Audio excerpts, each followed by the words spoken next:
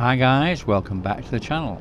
We're going to have a chat today about 12 things that you should not do when you're in Thailand. Now, this is an updated version, very new stuff. Some especially the first one and the last one. The first one particularly is a matter of a week old. Okay, so we'll get into that in a sec.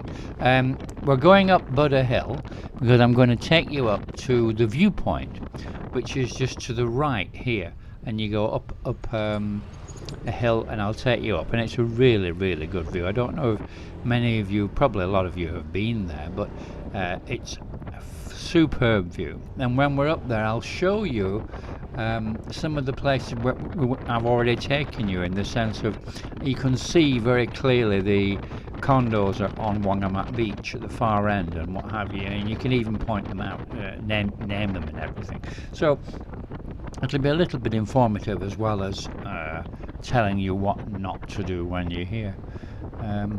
There's a temple up here, and the temple seem to like their roosters or cockerels or male chickens or whatever you want to call them. There's about a dozen maybe live here. You'll hear them in the background. Anyway, we're here. Okay, so I'll just show you what you can see from here. There's some shops which are still open as well.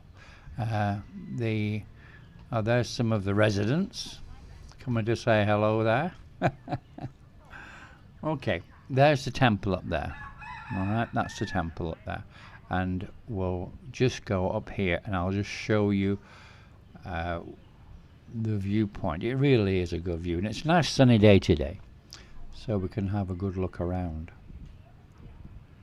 Now, that tall building to the right is Unix, which is quite popular.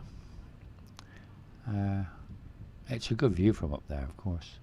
And if you look directly ahead in the centre to the left now, those tall buildings, that's Wangamat. That's where I've already taken you many times and shown you many condos. The tall one to the left is the Palm, and then you have other ones next to that, which if you look at the videos you'll see them. There's just to the right of, oh yeah, down here there used to be a cafe, if you remember it. They used to do roti, and they used to do coffees and everything, and it just got demolished. I don't know why, but that was before COVID when it got demolished. Now, just to the right of the end ones, you've got North Point, you've got Zaire, and you've got Sky Beach and what have you, all to the left there at the far end of the bay. Okay, enough of the chatting about where we are.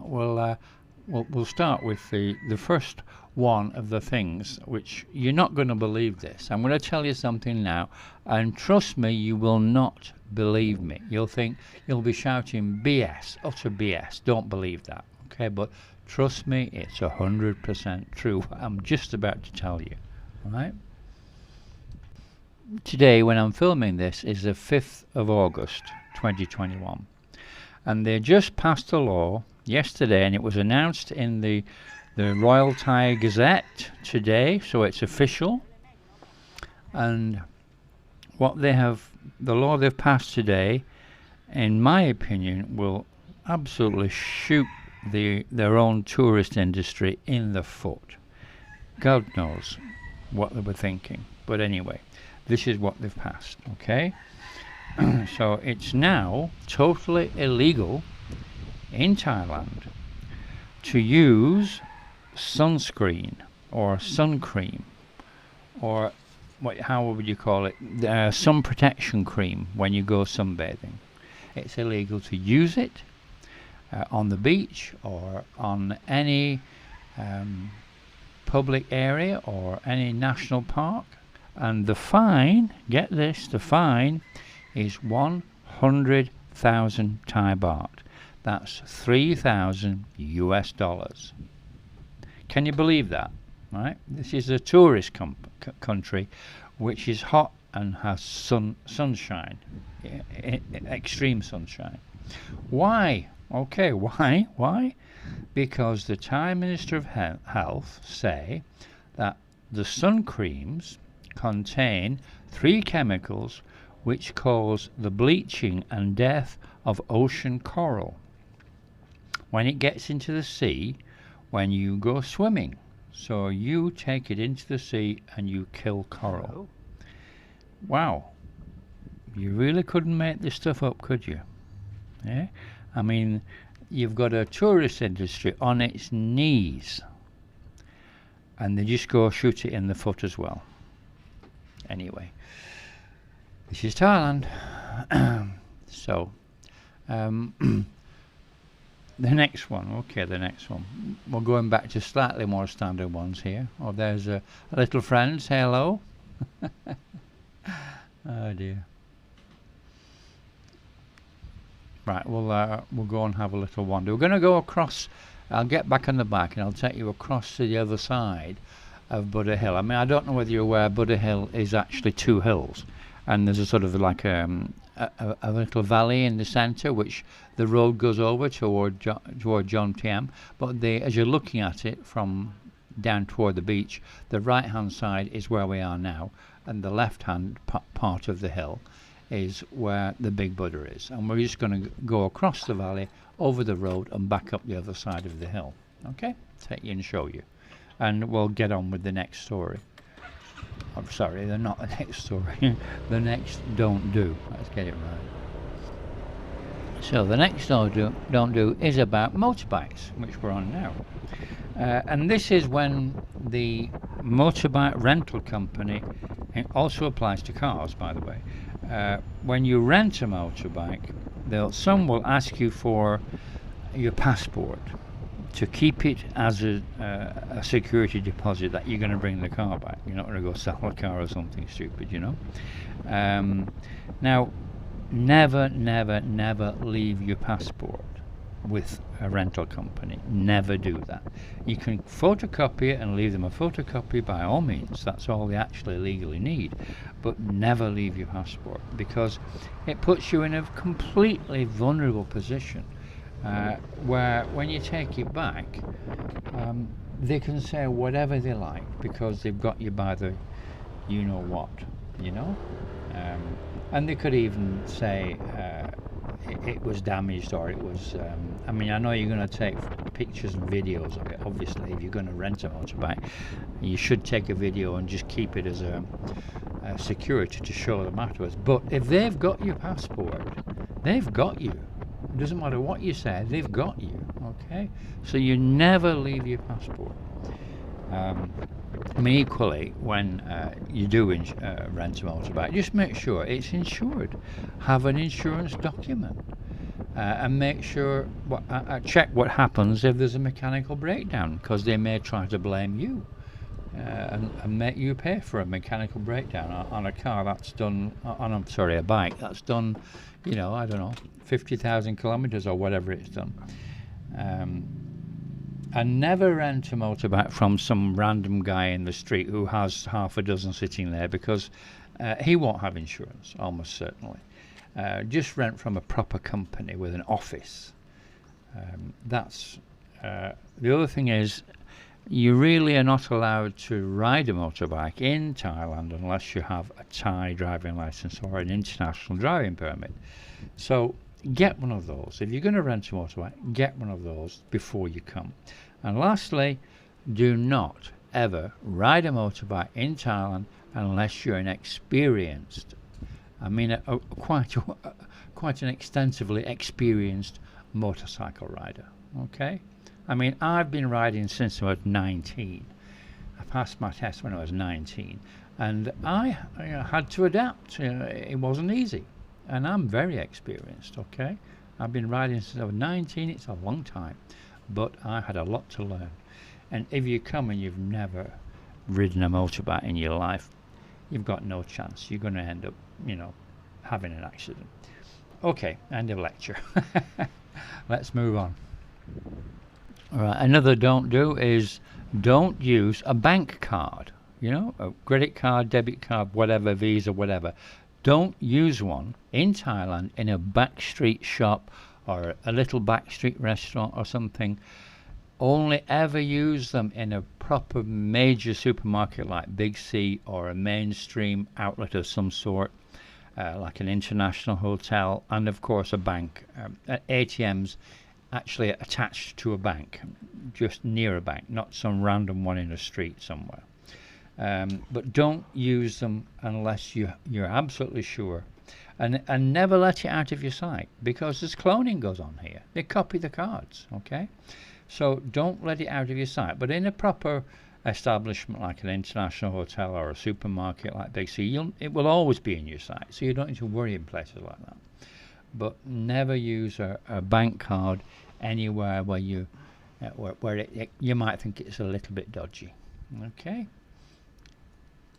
Another don't is don't forget to check your bill in a bar or a restaurant for that matter, as it may well include some drinks which you never ordered, or they never arrived, or which some random girl friend of a friend of one you're sitting with ordered without asking you, or in a restaurant, meals which you may have asked about and then changed your mind on or cancelled or whatever.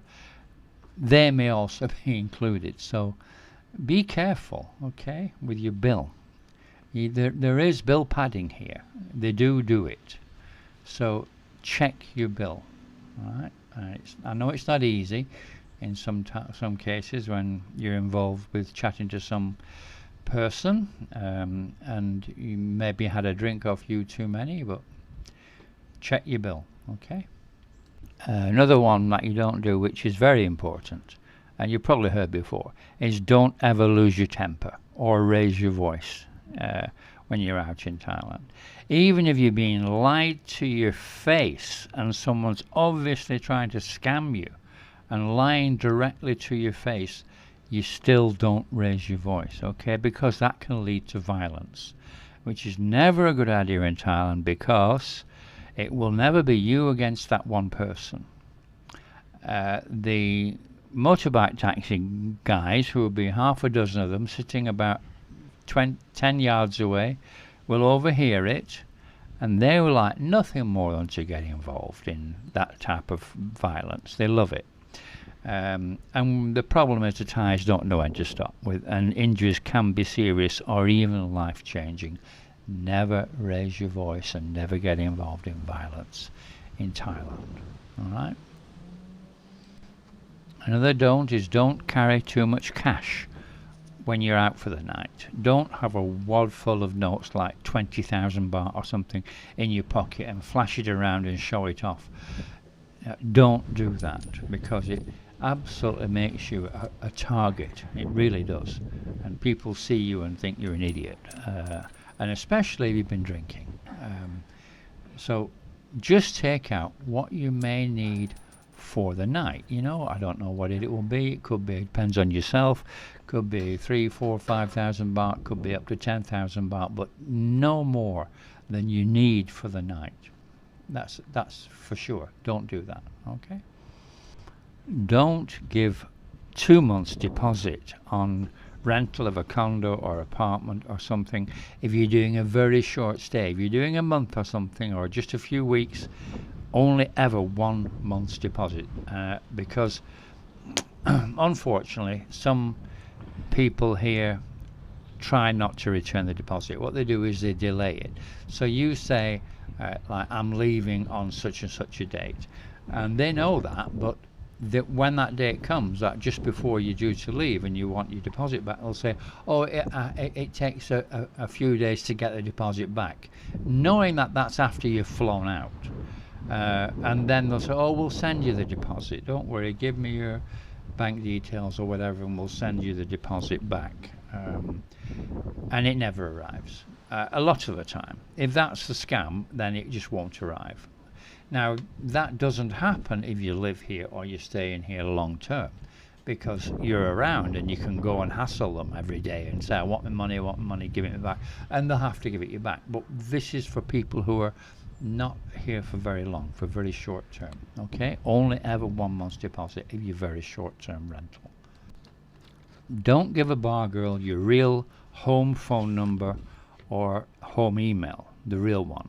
When you arrive at Savannah Boom Airport, buy a SIM card and with an internet package, and put that in your phone. I mean, obviously your phone needs to be unlocked, so make sure it's unlocked before you come, and put that in your phone and use that. Then download the messaging app of Line, which there's a link on another video I did, but it's every single girl in the whole of Thailand uses Line. Okay, so that's the way you can contact them, and that's the way they can contact you. You don't give your home phone number ever.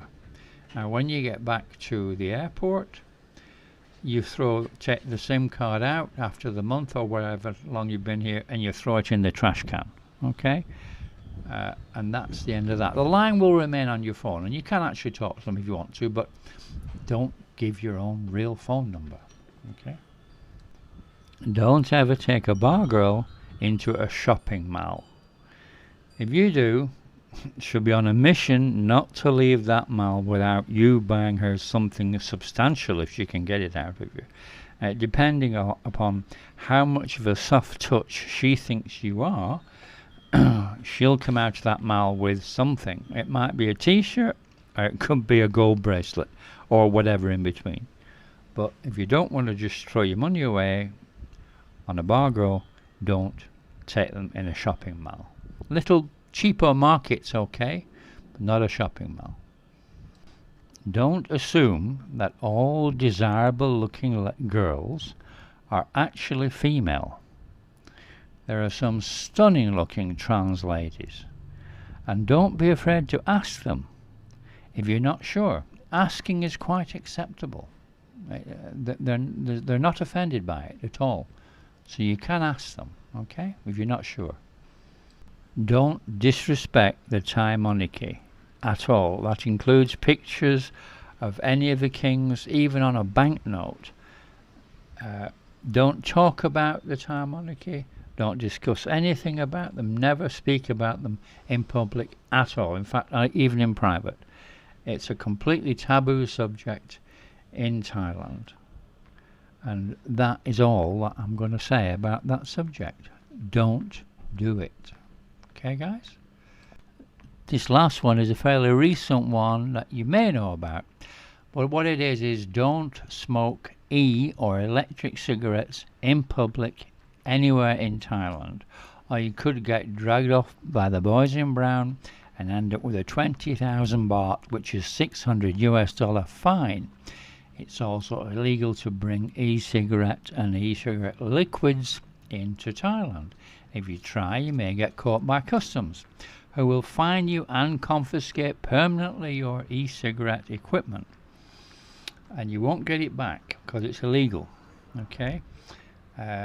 You'll find it virtually impossible to replace the equipment because both e-cigarettes and all the liquids and all the equipment are illegal in Thailand. You cannot buy them anywhere, or at least not properly. Under the counter, maybe black market, but otherwise no. The only thing you can do is switch back to normal cigarettes for the time you're here, but I wouldn't want to do that. I use these cigarettes to give up smoking, and I certainly wouldn't want to go back to normal ones. Anyway, that's the last one, guys. Please can you like and subscribe and share and comment, ring the notification bell, and thank you very much for watching. I hope you enjoyed the video, and I'll see you on the next video.